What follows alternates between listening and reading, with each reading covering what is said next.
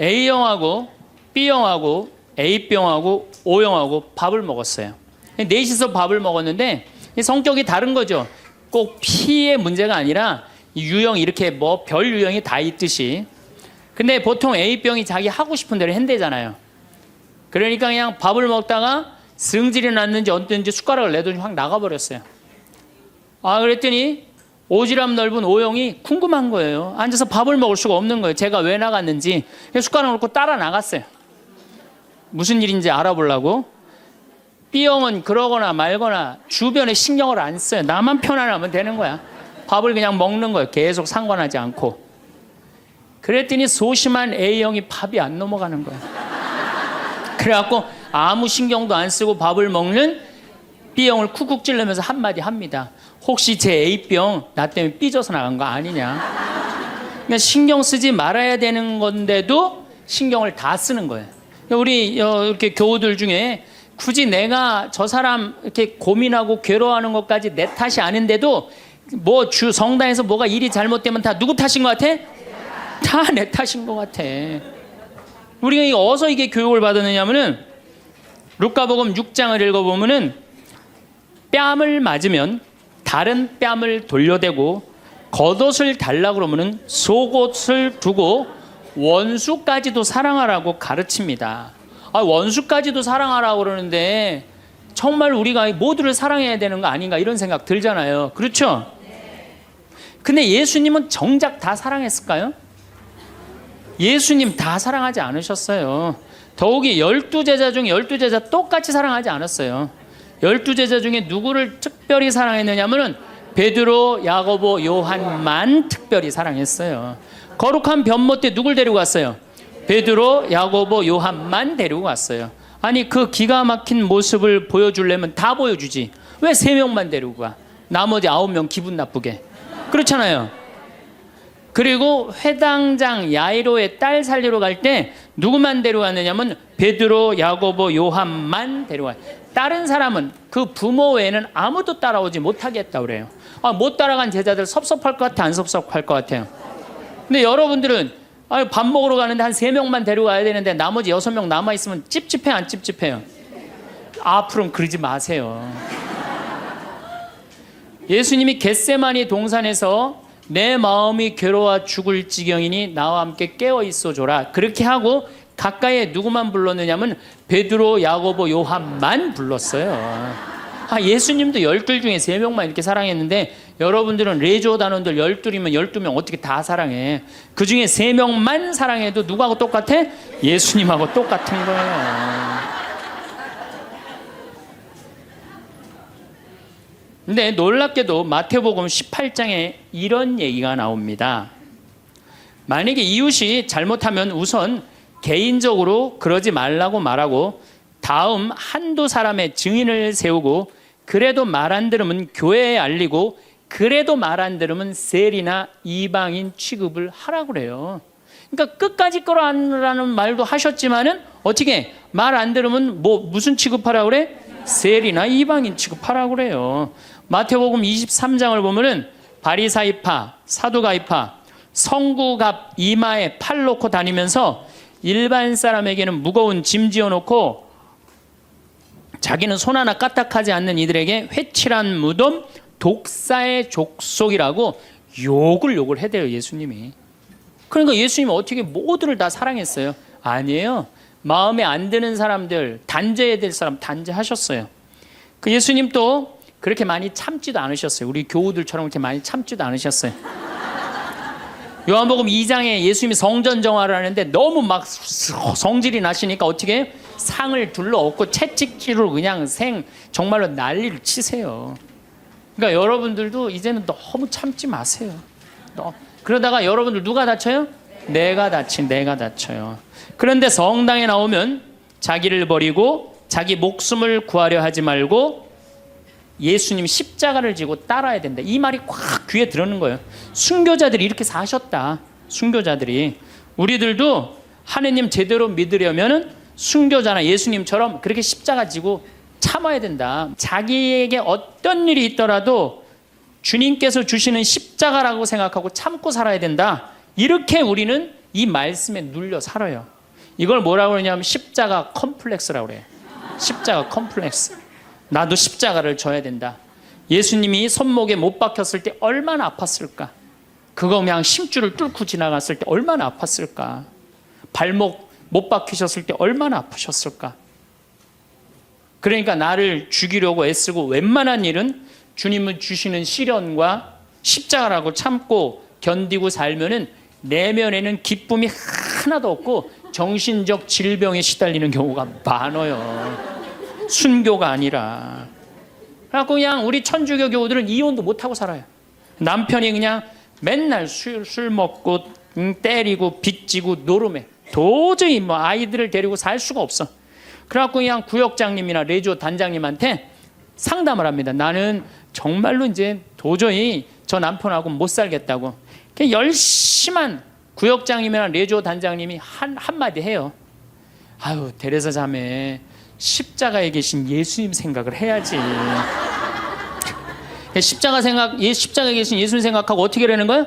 참고 살아라니까. 그러니까 참고 살려니 이 자매는 기쁨이 있어요, 없어요? 기쁨이 없는 사람들의 특징이 뭐냐? 선교를 못 해요. 기쁨이 없는 사람들은 선교를 못 합니다.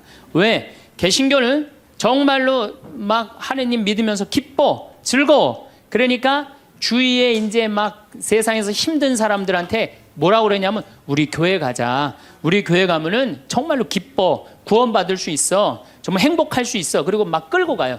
근데 우리 기쁨이 없는 천주교 교우들은 주위에서 힘들고 고통스러운 사람이 있으면은 성당 가자는 말이 안 나와요. 왜? 너도 한번 나하고 성당 가서 십자가 지고 한번 참아 볼래? 이 말이 안 나오는 거예요. 그래서 우리 천주교는 참고 살아야 되기 때문에 신앙생활이 우울해요. 개신교는 기쁨, 찬양, 영광, 감사, 아멘, 알렐루야 이런 거거든요. 근데 우리는 우울해. 우리 교우들은 그냥 봄판공, 가을판공, 양심성찰, 십자가의 길, 뭐 참회의 절 이런 거란 말이에요. 그냥 기쁨이 없는 신앙생활. 여러분들 죽을 때까지 참고 사느라고 기쁨 하나 없이 우울하게 산다면은 이분은 아마 지옥 맨 밑바닥에 갈 가능성이 많아요. 단테의 신곡을 읽어보면은 지옥 맨 밑바닥에 많은 사람을 가둬놨어요. 그래서 이 사람들한테 물어봤어요. 이 사람들은 살아생전에 무슨 죄 때문에 지옥 맨 밑바닥에 왔습니까? 물으니까 안내하는 사람이 다른 죄가 아니라 이 사람들은 세상에서 살 때 하느님을 믿는다고 하면서 기쁘게 살지 못하고 늘 우울하게 한숨만 쉬며 산 죄 때문에 여기 왔다고 그래요. 그러니까 기쁘지 않은 사람들이 어디 가는 거야? 지옥 가는 거예요. 그러니까 이 세상에서 기쁘게 산 사람은 천당 가는 거고 이 세상에 우울하게 산 사람들은 어디가? 지옥 가는 거야. 그러니까 여기 있는 분들 중에 지금 내가 십자가 지느냐고 우울하고 이런 분들 어디 갈 가능성이 많아? 지옥 갈 가능성이 많아요. 그래서 우울한 사람이 가는데 아예 정해놨어요. 제 5억에 간대. 지옥 중에. 지옥 1억부터 9억까지 있는데 5억에 간대. 5억. 슈바이처 박사는 물 없는 강처럼 기쁨 없는 그리스도인, 기쁨 없는 신앙, 기쁨 없는 사람이 세상을 피곤하게 한다는 거예요. 여러분들 성당에서 나온다고 딱 모임을 가졌는데 그냥 우울하게 이렇게 앉아 있으면은 그 사람 보고 있으면은 피곤해요, 안 피곤해요? 반짝반짝 웃는 사람이 있으면은 기분 좋아요, 안 좋아요? 그러니까 기쁨이라는 게 굉장히 중요한 거예요. 참느냐고 그냥 이러지도 못하고 저러지도 못하고 그렇게 살면 안 된다는 거죠. 여기 지금 우리 교우들 지금 옷 입고 온 거 보면은 다 까만색이야, 다 지금. 아니 명동으로 오면 좀 색깔을 이쁘게 입고 와야 될 거 아니야. 명동에 나오는데. 근데 우리는 화려한 옷 입으면 안 돼. 우리 천주교 교우들은. 내가 그 개신교 설교하러 갈 때 정말로 제가 많은 걸 배웠어요. 뭘 배웠느냐면은 예배하러 한 300명 정도가 나왔는데 전부 다 예쁜 옷을 입고 나왔어요. 정말로 축제 오는 것 같은. 그러니까 주일 예배하러 오는 것 같은. 근데 우리 지금 여기도 지금 얼마나 까만지 몰라요 지금. 그런데 예수님께서도 기쁨을 굉장히 강조하십니다. 저는 요한복음 13장, 14장, 15장, 16장, 17장, 18장 이거 여러분들 꼭 한번 묵상해 보세요. 왜 이걸 묵상해야 되느냐? 요한복음 13장에 예수님이 제자들의 발을 씻어줘요. 발을 씻어주고 최후의 만찬을 하세요. 그리고 14장에 뭐라고 그러느냐면은 성령께서 오실 거다. 내가 가도. 그러니까 성령을 보내주실 것을 말씀하시면서 당신이 아버지께로 가는 걸 기뻐하라고 그래요. 이제 곧 18장이면 잡히실 거거든요. 잡히실 것인데도 불구하고 예수님은 제자들하고 마지막 작별 유언을 하면서 기쁨에 대해서 말씀을 하세요. 기뻐해라. 요한복음 15장에는 나는 포도나무요 너희는 가지로다. 너희들은 나한테 붙어 있어라. 그래야만이 많은 열매를 맺는다. 이 말씀을 하세요. 근데 11장에 이런 말씀을 하세요. 내가 이 말을 한 것은 내 기쁨을 같이 나누어 너희 마음에 기쁨이 넘치게 하려는 것이다. 아니 이게 오늘 저녁에 붙잡혀서 돌아가실 예수님 입에서 나올 말이에요. 그런데 예수님이 지금 돌아가심에도 불구하고 마음이 기쁘신 거예요. 그래서 내 기쁨을 너희에게 흘러 넘치게 하려는 것이다. 그러니까 죽기 전에도 기쁘셨던 거예요. 예수님은. 왜? 뭐가 열리니까? 천국 문이 열리니까. 16장 22절에는 진리의 성령을 보내주실 것을 다시 한번 약속하시면서 내가 다시 너희와 만나게 될 때에는 너희 마음은 기쁨에 넘칠 것이며 그 기쁨은 아무도 빼앗아가지 못할 것이다. 구하여라 받을 것이다. 너희는 기쁨에 넘칠 것이다. 예수님은 장마다 말씀하시네. 13장, 14장, 15장에 걸쳐서 16장에 걸쳐서도 말씀하시고 17장에 아버지 이 사람들이 하나 되게 해주십시오. 아버지와 나는 하나입니다. 많이 들어봤죠? 네. 이 말씀 끝에 이렇게 말씀하세요. 지금 나는 아버지께로 갑니다. 아직 세상에 있으면서 이 말씀을 드리는 것은 이 사람들이 내 기쁨을 마음껏 누리게 하려는 것입니다. 성서에 보면 온통 기쁨밖에 없는 거예요. 기쁨. 아니 지금 저 18장이면 잡으셔서 돌아가실 분이 마지막 유언에 마지막으로 하신 말씀이 뭐예요? 기쁨이에요. 기쁨. 그렇다면 여러분들은 신앙생활하면서 기뻐야 되지 않아요? 기뻐야 되는데 왜 이렇게 우울해? 왜 이렇게 청승을 떠냐 이거예요. 데살로니가 전서 5장 16절에 유명한 얘기죠. 항상 기뻐하시오. 그렇죠? 끊임없이 기도하시오. 어떤 처지에서든 감사하시오. 저는요 이 구절보다 더 중요한 구절이 있어요. 그 다음 구절이 이것이 우리 주 예수 그리스도를 통하여 드러내신 하느님 아버지의 뜻입니다. 그러니까 여러분들이 항상 기뻐하고 어떤 처지에서든 감사하고 끊임없이 기도하는 것은 누가 예수님을 통하여 드러내신 누구의 뜻이야? 하느님의. 그러니까 기쁨과 감사는 우리의 본질이에요. 본질. 그러니까 우리가 신앙생활에 기뻐야 돼요. 필립보서 4장 4절 이 베드로 바오로 사도가 감옥에 갇혀서 쓴 거래요. 유명한 얘기예요. 주님 안에서 항상 기뻐하십시오. 다시 말합니다. 기뻐하십시오. 그래서 필립비서에 기뻐하라는 말을 16번이나 해요. 16번이나. 그리스도 안에서 기뻐하라고. 그러니까 여러분들은 신앙생활하면서 기뻐야 돼. 예수님이 일생 수고순환하셨기에 우리도 일생 수고순환해야 된다고 이야기하는 사람들 이거 잘못 알고 있는 거예요. 여러분들 신앙생활은 기뻐야 돼. 우리 천주교 교우들은 무조건 우리는 우울하게 해야 돼. 누가 강력하게 우리 가운데 앞에 있어? 십자가가 있으니까. 그러니까 성가를 들어봐도요 미쳐요. 이제 조금 있으면 대림절 시작되는데 대림절 때 내가 제일 복장 터지는 성가가 뭐냐면 구세주 빨리 오사 이 성가예요. 이 노래를 어떻게 부르느냐면 구세주 빨리 오사 어둠을 없이 하며 동정 마리아에서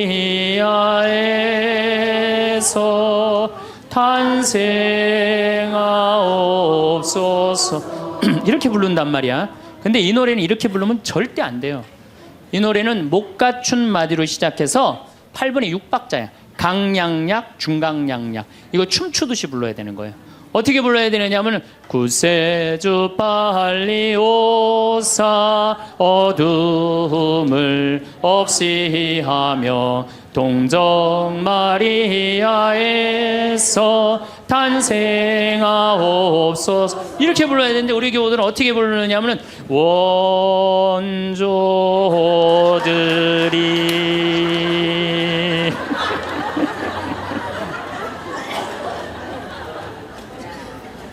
그러니까 그냥 구세주로 빨리, 가사는 구세주 빨리 오사라는 가사인데 하는 거 보면 장송곡이야. 장송. 기쁨이 없는 거죠. 사실 저도 신앙을 키운 결정적인 동기는 십자가입니다. 중학교 때 성당에 가보면, 나는 수원 조원동 주교자 성당에 다녔는데 십자가가 나무 십자가인데 큰 게 있었어요. 근데 그 예수님을 보면 너무 불쌍한 거예요. 어쩌면 우리를 사랑하시기에 저렇게 고통스럽게 지셨을까. 그냥 보면은, 근데 우리 이 조원동 주교자 성당 옆에는 은퇴 신부님이 살았어요. 근데 어떤 신부님이 살았느냐면 하한주 신부님이라고 살았어요. 막 수염이 이렇게 하얀 수염이 나신 하한주 신부님. 이 신부님이 얼마나 무서웠느냐면은, 우리 어렸을 땐 성체험할 때 그리스도의 몸은 아멘하고 혀로 내밀었잖아요. 혀를 안 내밀면 입 벌리라고 소리를 질렀어요. 그래갖고 그 신부님이 나와서 미사를 하면은 그 줄에는 아무도 안 갔어요. 다 보자 신부 줄에 가갖고 다 성체험하고. 근데 나는 중학교 2학년 때부터 신학교를 가려고 그랬으니까 신부님 집에 놀러를 자주 갔어요. 놀러를 가면 신부님 집 거실에 뭐가 써 있느냐면 님 쓰신 가시관이라는 시가 쓰여 있어요. 님의 전생애가 마냥 슬펐기에 님 쓰신 가시관을 나도 쓰고 살으리라. 이튿날 님이 날 보시고 임이 보시고 날 닮았다 하소서. 이튿날 나를 보시고 임 닮았다 하소서. 이 세상 다할 때까지 당신만을 따르리라. 그 시를 보는데 가슴에 팍 와닿더라고요. 님의 전생애가 마냥 슬펐기에. 얼마나 이게 이 중학생 그 가슴에 와닿아요. 우리 님이 한 번도 기쁘지 않고 전생애가 마냥 슬펐기에 나도 님 쓰신 가시관을 나도 쓰고 살으리라. 얼마나 이게 가슴에 와닿아요. 여러분도 그렇지 않아요? 전생애가 고통스러웠더니 불쌍하지 않아 예수님? 그래갖고 나도 그 님의 전생애가 마냥 슬펐기에 님 쓰신 가시관을 나도 쓰고 살으리라. 그거 하려고 신학교 들어갔어요. 신학교 들어갔더니 이번에는 신학교에서 신상옥이라는 친구가 지금도 활동 열심히 하고 있죠. 이걸 곡으로 써놨는데 기가 막힌 거예요. 우리 신학생들이 파티하고 축제 끝나면은 맨날 맨 마지막에 우리 신학생들이 이렇게 어깨 동무하고 부르는 노래가 이 노래예요. 비장하게 부르는 거죠. 왜? 이 세상 다 할 때까지 당신만 따른다고. 신학생 포기하지 않고 신부로 살고 죽을 때까지 당신만 따르리라. 그러니까 어깨 동무하고 뭐 어떻게 부르느냐? 님은 전생애가 마냥 슬펐기에 님 쓰신 가시관을 나도 쓰고 살으리다. 이튿날 님이 보시고 날 닮았다 하소서. 이튿날 나를 보시고 임 닮았다 하소서. 이 세상 다할 때까지 당신만 따르리라.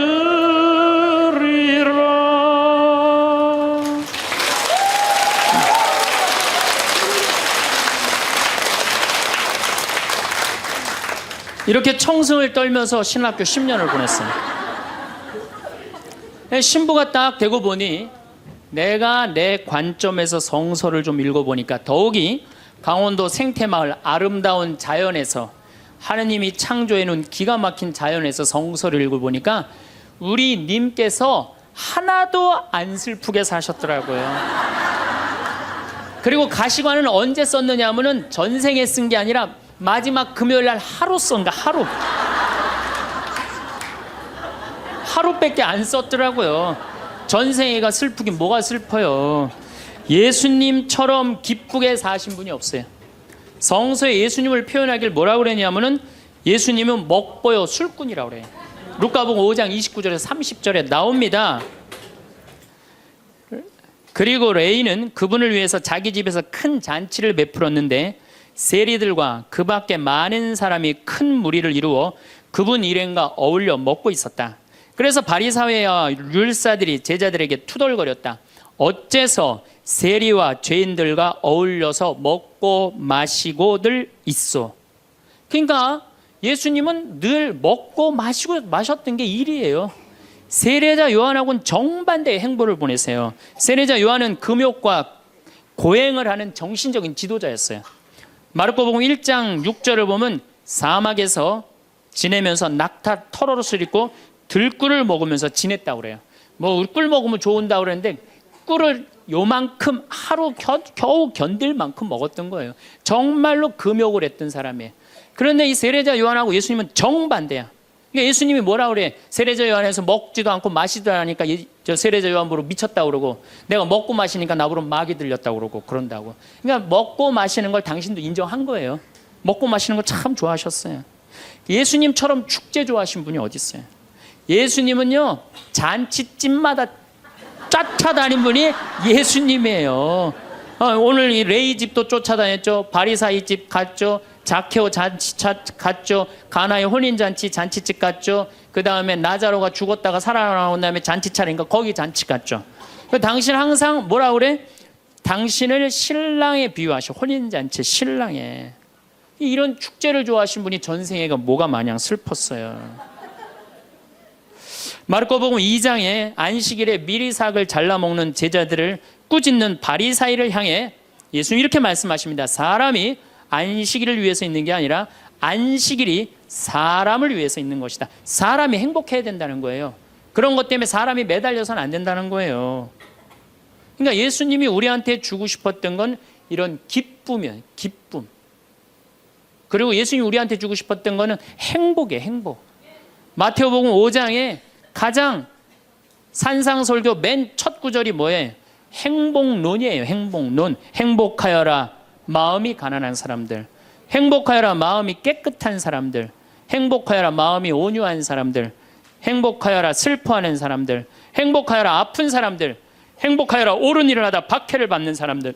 너희는 기뻐하고 즐거워하여라. 하늘에 받을 상이 크다. 그러니까 우리 보러 행복하라고 그러는 거예요.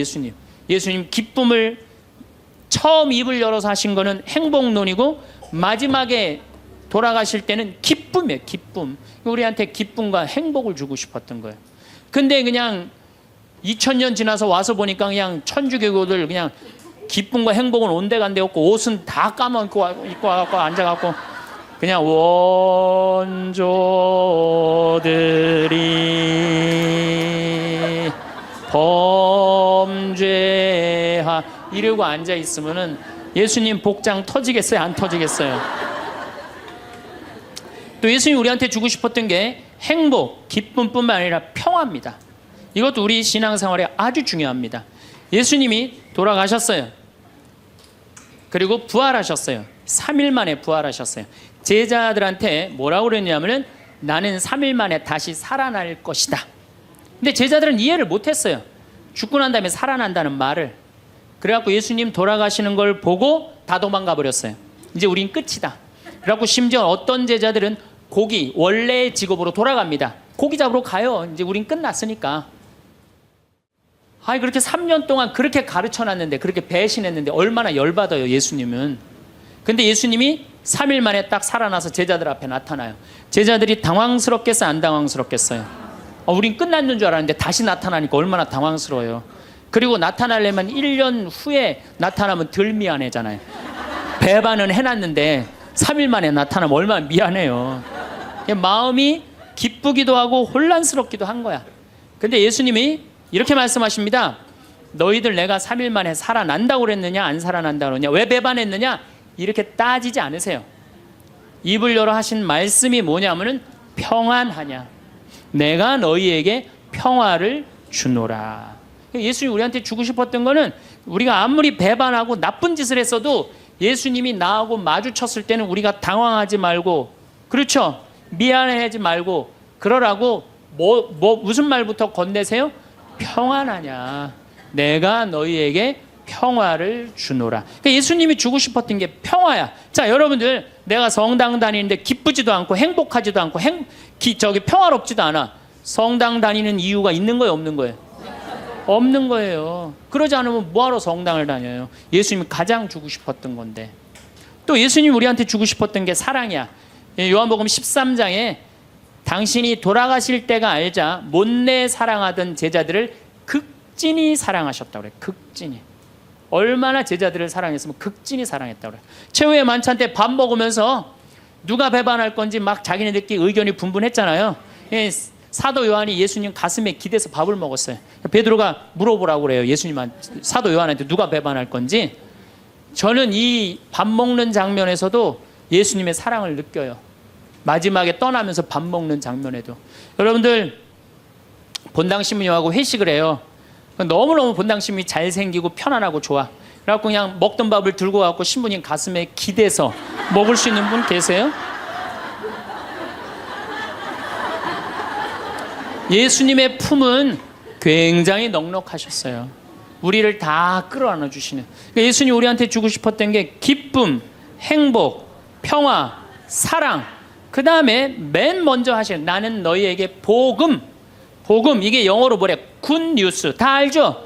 굿뉴스입니다. 좋은 소식을 전하러 온 거예요. 나는 하늘나라의 복음을 전하러 왔다. 굿뉴스. 좋은 소식을 전하러 오고 예수님이 우리한테 최종적으로 열어주고 싶은 세상은 뭐였느냐 하면은 구원이에요. 구원. 근데 이 좋은 거를 갖고 내가 즐겁고 행복하게 살아도 지금 시원찮을 판국인데 우리가 그냥 우울하게 그냥 청승 떨면서 닮은 옷도 다 까만 옷만 입고 다니고 말이야.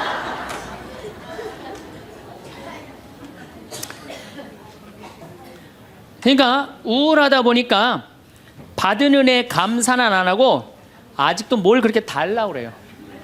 개신교는 정말로 개신교 방송 한번 보세요. 다 손들어서 하는 게 찬양들이죠. 평화방송 보면요, 천주교 교들 보면 다 미사포 뒤집어 쓰고 땅바닥 다 쳐다보고 앉아요.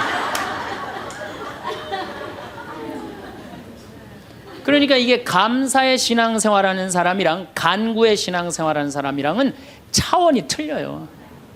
감사 드리는 사람들, 찬양 드리는 사람들은요 그냥 저절로 뜨거워요.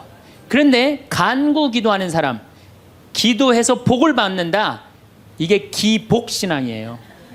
성당에 나와갖고 뭐 이거 달라 저거 달라 이거 해달라 저거 해달라 기도하는 분들 있죠? 기도해서 복 받는 거 그거 기복신앙이에요. 아, 우리 무당한테만 가갖고 기복신앙 있는 거 아니에요. 성당에 나와서도 기복신앙들 많습니다. 그래갖고 그냥 우리 신부들이 그냥 서양 무당인 줄 알고 그런 분들 많아요. 그래갖고 그냥 저한테 와갖고 그냥 제가 그냥 뭐 무슨 능력이 뛰어난 줄 알고 어디 성령 기도회 가면 안수 기도 해달라는 분, 오늘도 2분 해드렸어요. 물론 오늘 해드린 안수는 내가 기적을 일으키려고 한 건 아니에요. 그냥 하느님의 축복을 빌어준 거지. 그런데 많은 경우 할머니들이 신부님 골 아파요, 신부님 허리 아파요, 신부님 무릎 아파요, 안수 기도 좀 해주세요. 신부님이 해주면 나을 것 같아요. 난 또 착하니까 해주죠. 근데 난 능력이 없는 걸. 그래갖고 머리에 손을 얹고 내가 뭐라고 기도하느냐면은, 하느님 이 할머니 골이 아프답니다. 내가 해줄 수 있는 건 그것밖에 없어요. 내 손에서는 아무것도 안 나와요. 난 사람도 한 명도 없고. 그러니까 제가 한 2년 전부터 안수기도 안 해줘요. 왜? 아무것도 안 나오는데 누르고 있는 나도 한심하고, 아무것도 안 나오는데 머리 디미는 교우들도 불쌍하고, 그래서 안 해줘요. 여러분들 정말로 우리가 얼마나 감사하냐. 여기 적어도 명동까지 걸어서 오신 여러분들은 행복한 분들이에요. 눈 2개, 콧구멍 2개, 입 있으면 다 받은 거예요. 정말로. 여러분들 눈 하나 갈아 끼는데 얼마가 드느냐? 내가 조사를 확실히 해보니까 사실은 이거는 그렇게 하면 안 되는 건데, 눈 하나 정말로 갈아 끼는데 그 장기 매매 시장에서 하나에 1억에 1억. 두 개면 2억에 2억. 여러분들 지금 이게 지금 얼마를 깔고 있느냐 하면 2억을 지금 눈에 깔고 있는 거야. 2억을. 감사해요, 안 감사해요?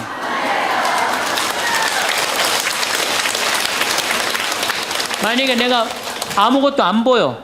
그래갖고 저 신부 얼굴도 못 보고 반찬이 어떻게 생겼는지도 모르고 명동성당이 얼마나 멋있는지도 모르고 그렇지 않아요? 아무것도 지금 다 보고 있는데 얼마나 감사해요. 감사하지 않아요? 감사해요. 신장 하나 갈아 낀데 3천만 원, 간 갈아 낀 데는 7천만 원이에요.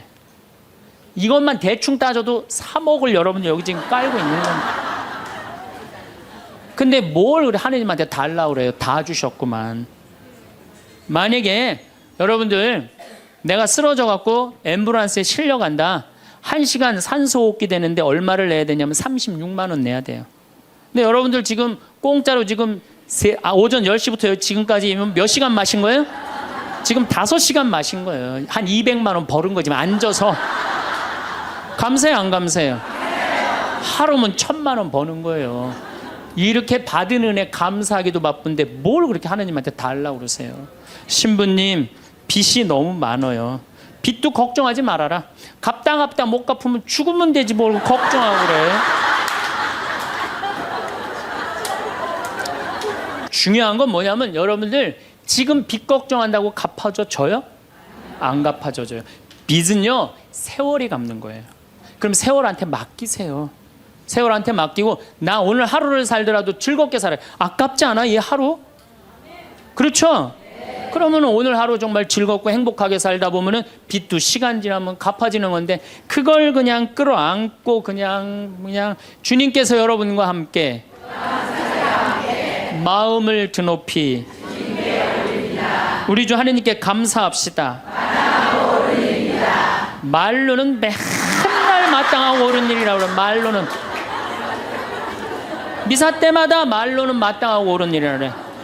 주님께서 여러분과 함께 전능하신 천주 성부와 성자와 성령께서는 여기 모인 모든 이에게 강복하소서. 아멘. 미사가 끝났으니 가서 복음을 전합시다. 하나님 감사합니다. 떠날 때도 감사하다고 그래. 떠날 때도 성당 떠날 때도 감사하다고 그러고 정말 감사하느냐. 마음 안에 본질적으로 내가 두 다리 있고 눈 있고 코 있으면요 여러분들 다 받으신 거예요. 근데 우리 천주교 교우들은요 감사하는 그 본질적인 게 안 되는 거예요. 이 하느님이 모든 거 내가 다 누리고 사는데 여러분들 다 존중받아야 되는 삶이에요. 내 꼬라지가 왜 이러냐, 내 처지가 왜 이러냐 이런 생각하지 마세요. 그리고 이 대한민국처럼 잘 먹고 잘 사는 나라 있어요? 이렇게 잘 먹고 잘 사는 나라 없어요. 내가 일본에 가갖고 회를 정식을 시켰어요. 회를 정식을 시켰는데 딱 2점 나오더라고요. 그래서 나는 그게 맛백인 줄 알았어. 맛백이. 그래서 홀딱 먹었어요. 아무리 기다려도 회가 안 나오는 거예요. 그래서 가이드를 불러서 왜 회가 안 나오냐 그랬더니 아까 2점 먹은 게 정식이라는 거예요. 일본 아이들은 가서 보니까 2점, 3점밖에 안 먹어요. 근데 한국에 돌아가갖고 우리 집이 수원이야. 수원 갈비집들 많잖아요. 갈비집에 가갖고 갈비를 시켰는데 진짜 갈비 나오기 전에 상을 이렇게 하나 들고 나와요. 반찬. 그렇죠? 나는 갈비집 갈 때마다 궁금한 게 갈비 먹으러 가는데 게장이 왜 나오는지 난 이해가 안 돼. 게장 나오지. 그 다음에 또 뭐 나와요? 저기 뚝배기에다가 계란. 그렇죠? 요즘은 다 그거 나오더라고. 그 다음에 또 메추리알. 그 메추리알은 어디나 다 나오는 거고. 그 다음에 사라다 나오죠. 그 다음에 부침개 나오죠. 또 기다리시는데 배고프시다고 국수 말아서 나오죠. 그것만 먹어도 배불러요 사실은. 그리고 이제 갈비가 4명이 가면 또 딱 4인분 나오면 그냥 그거 먹으면 배가 빵빵해요. 근데 우리는 배 빵빵하면 안 돼요. 배가 터질 때까지 먹어야 돼. 2인분을 더 시켜요. 그래갖고 그냥 배가 터질 때까지. 그래갖고 그냥 정말 배가 터지기 일보 직전이야. 그런데 대한민국에만 나오는 장면이 하나 있어요. 배가 터질 것 같이 먹었고 갈비뼈가 다 널브러졌으면은 아줌마 하나가 쓱 나와서 이렇게 물어봅니다. 냉면을 먹을래? 된장찌개를 먹을래?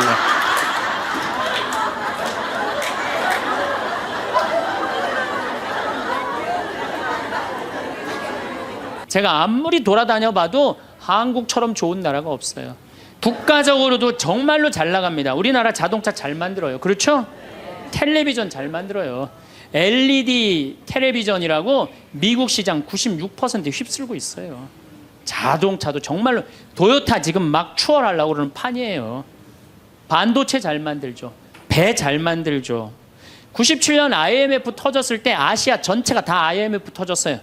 근데 우리나라처럼 IMF를 잘 극복한 나라는 없어요. 미국이 우리나라 기업 다 먹으려고 그랬는데 국민들이 금 모아갖고 그거 상환할 줄은 꿈에도 몰랐던 거예요. 대단한 민족이에요. 정말로. 그리고 2008년 금융위기도 우리나라가 참 잘 극복했어요.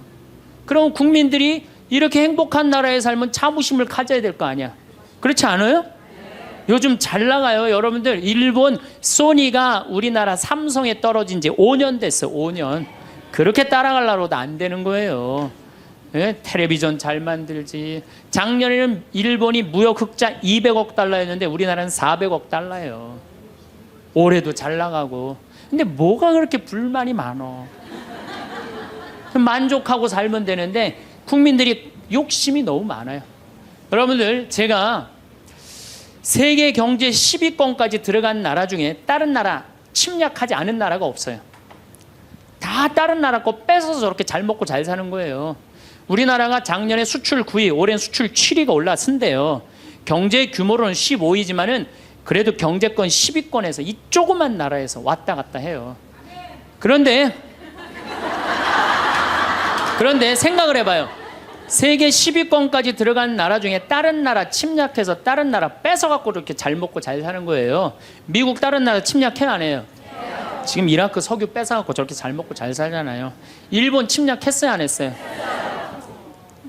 정말로 우리나라 저 강원도의 소나무 다 잘라갖고 저렇게 잘 먹고 잘 사는 거예요. 영국 침략했어요, 안 했어요? 스페인, 남미 거 다 뺏어다 먹었어요. 그렇죠? 프랑스, 아프리카 다 뺏어, 베트남 거 다 뺏어다 먹었어요. 포르투갈, 네덜란드, 독일, 이탈리아 잘 산다는 나라냐 다른 나라 침략해서 다 뺏어서 잘 먹고 잘 사는 거예요. 그래서 저는 여행 다닐 때 이 코 큰 놈들 얼굴 다니면 제가 뭐라 그러는지 알아요? 이놈들아 고개 숙이고 다니는 도둑놈들아. 왜?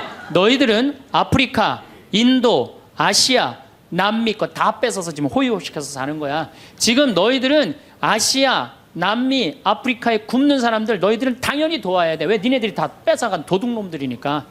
그런데 세계 경제 10위권까지 진입한 나라 중에 다른 나라 한 번도 침략한 적 없이 우리끼리만 이 자리에 올라온 나라가 한 나라가 있어요.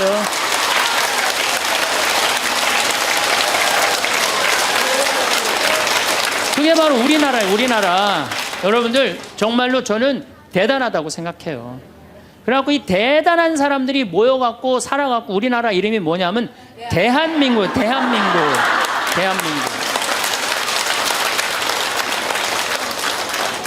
그러면 감사해야지, 행복해야지. 그런데 왜 176개 국가 중에 행복지수가 102등이야. 2007년 기준으로. 작년에 많이 올라서 65위로. 그래도 이제는 먹고 살만했으니까, 먹고 살만하게 됐으니까 이제는 우리 국민들이 자부심도 가지고 정신적인 성숙도 가지고 나눌 줄을 아는 이 단계에 이젠 들어서야 돼요. 근데 이걸 누가 해야 돼? 우리 천주교 교우들이 앞장서서 해야 돼. 근데 저렇게 맨날 이 까만 옷만 앉아있고 있으니 이거 어떻게 하면 좋아?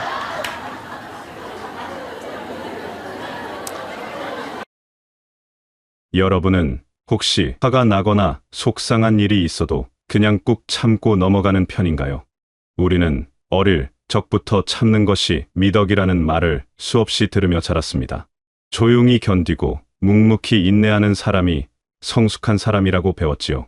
그래서 마음속에서 무언가가 끓어오르고 터질 것 같아도 애써 누르고 또 눌렀습니다. 그것이 어른다운 태도라고 믿었으니까요. 하지만 무조건 참고 견디는 것이 과연 우리를 행복하게 만들어주는지 한번 생각해 볼 필요가 있습니다. 아니면 오히려 우리의 마음을 병들게 하고 있는 것은 아닌지 말입니다. 이제는 진지하게 되돌아볼 때입니다. 우리가 당연하게 여겨온 인내라는 가치가 실은 우리 자신을 희생시키고 있는 것은 아닌지 살펴봐야 합니다. 많은 분들이 자신의 감정을 표현하는 것을 두려워합니다. 특히 분노나 슬픔 같은 부정적인 감정은 더욱 그렇습니다. 화를 내면 상대방이 상처받을까봐 걱정하고 슬픔을 드러내면 약한 사람으로 보일까봐 두렵습니다. 그래서 속으로만 사귀고 또 사깁니다. 괜찮다고 스스로를 다독이면서 말이지요. 참으면 언젠가는 나아질 거라고 스스로를 위로합니다. 하지만 그것은 착각입니다. 사실 건강한 분노의 표출은 때로 필요합니다. 부당한 상황에 맞서고 나 자신의 경계를 지키는 것은 자기 보호의 본능입니다. 관계에서도 마찬가지입니다. 내 감정을 솔직하게 표현할 때 뒤로서 진정한 관계가 시작됩니다. 모든 것을 참고 넘어가는 관계는 겉으로는 평화로워 보일지 몰라도 실은 서로를 제대로 알지 못하는 피상적인 관계일 뿐입니다. 진심이 통하지 않는 관계는 결국 공허함만 남깁니다. 우리가 이토록 참는 것에 익숙해진 이유를 생각해보면 아마도 기쁨의 중요성을 간과해왔기 때문일 것입니다. 우리는 의무를 다하고 책임을 지는 것을 최우선 가치로 여기며 살아왔습니다. 해야 할 일들을 하나씩 해치우는 것이 삶이라고 생각했지요. 그 과정에서 정작 중요한 것을 놓쳐버렸습니다. 바로 기쁨입니다. 기쁨은 사치가 아니라 삶의 필수 요소입니다. 내면의 기쁨을 잃어버린 사람의 모습을 상상해보면 매일 아침 일어나 하루를 시작하지만 그 어떤 설렘도 없는 상태입니다. 해야 할 일들을 기계적으로 처리할 뿐입니다. 웃음도 형식적이고 대화도 겉돌기만 합니다. 이는 마치 물이 마른 강과 같습니다. 강의 형태는 그대로 있지만 생명력은 사라진 상태입니다. 겉으로는 멀쩡해 보이지만 내면은 공허하고 메말라 있는 것이지요. 그저 하루하루를 버티고 있을 뿐입니다. 더욱 안타까운 것은 이러한 상태가 그 사람에게만 머무르지 않는다는 점입니다. 기쁨을 잃은 사람은 자신도 모르게 주변에 무거운 기운을 퍼뜨립니다. 함께 있으면 왠지 모를 답답함이 느껴지고 에너지가 빠져나가는 느낌이 듭니다. 의도하지 않았지만 부정적인 영향력을 미치게 되는 것이지요. 무기력은 전염됩니다. 한 사람의 메마른 마음이 주변 사람들의 마음까지 메마르게 만듭니다. 반대로 생각해보면 우리는 누구나 밝고 긍정적인 사람 곁에 있고 싶어 합니다. 그들과 함께 있으면 마음이 가벼워지고 기분이 좋아집니다.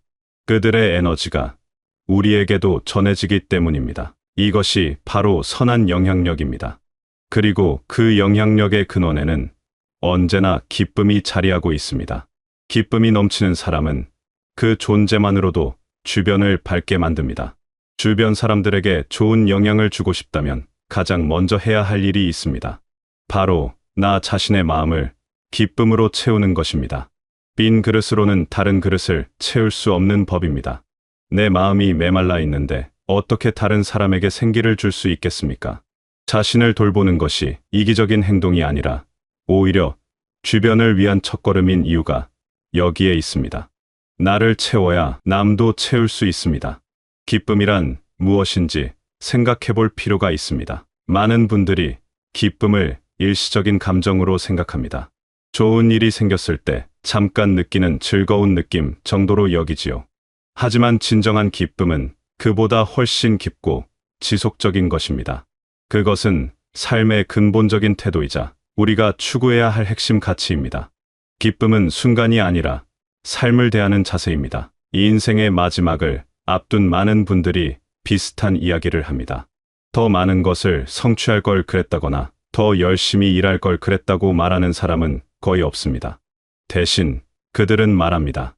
더 많이 웃고 더 많이 즐길 걸 그랬다고, 사랑하는 사람들과 더 많은 시간을 보낼 걸 그랬다고, 작은 것들에 감사하며 살 걸 그랬다고 말이지요. 후회는 늘 같은 방향을 가리킵니다. 더 행복할 걸 그랬다는 방향입니다.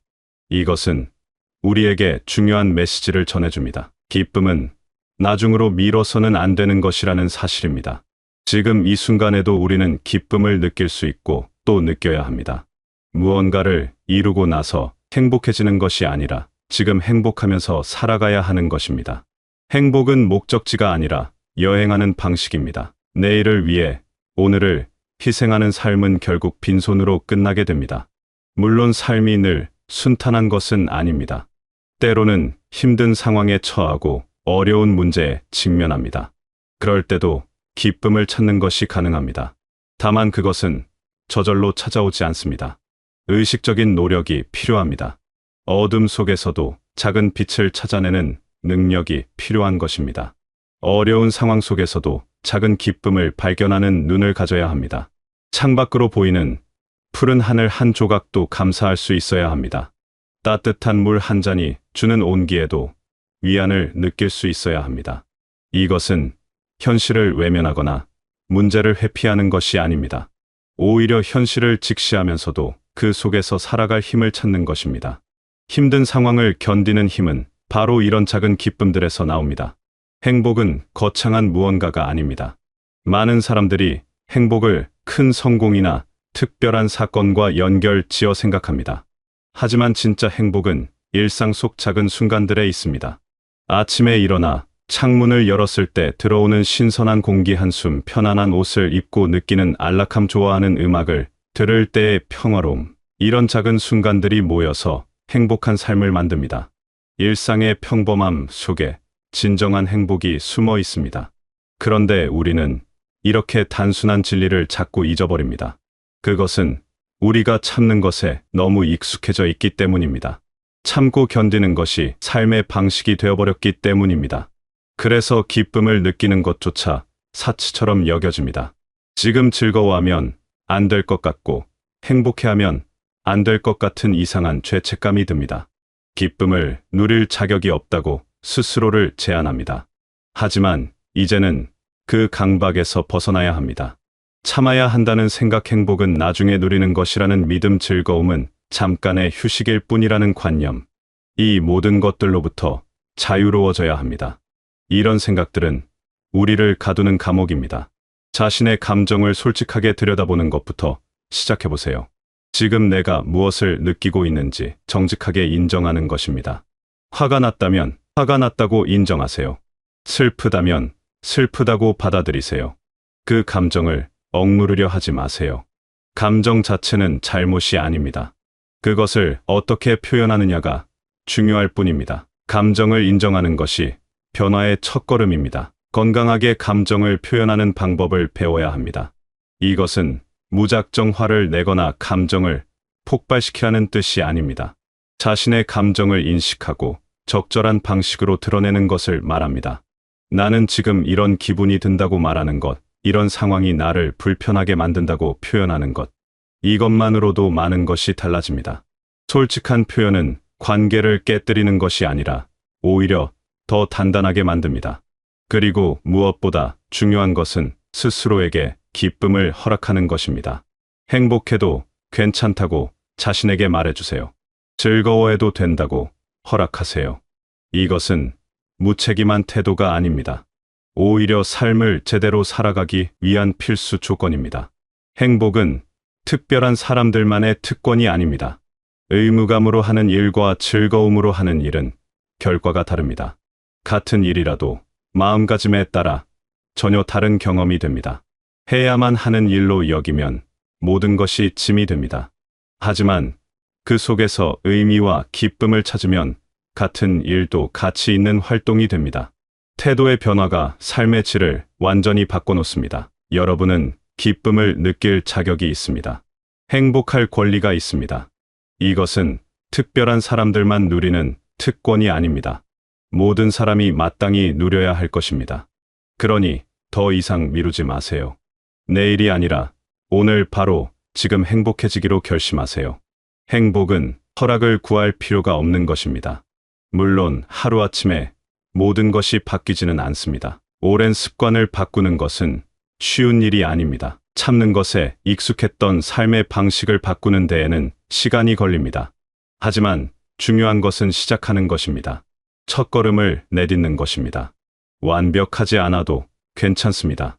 작은 것부터 시작해보세요. 하루에 하나씩 나를 기쁘게 하는 일을 해보는 것입니다. 좋아하는 음식을 먹어도 좋고, 좋아하는 활동을 해도 좋습니다. 그냥 아무것도 하지 않고 쉬어도 괜찮습니다. 중요한 것은 그것을 할 때 죄책감 없이 온전히 즐기는 것입니다. 작은 변화가 쌓여 큰 변화를 만듭니다. 그리고 자신에게 친절해지세요. 완벽하지 않아도 괜찮습니다. 때로 실수해도 괜찮습니다. 여전히 참지 못하고 감정을 억누르는 순간이 있어도 괜찮습니다.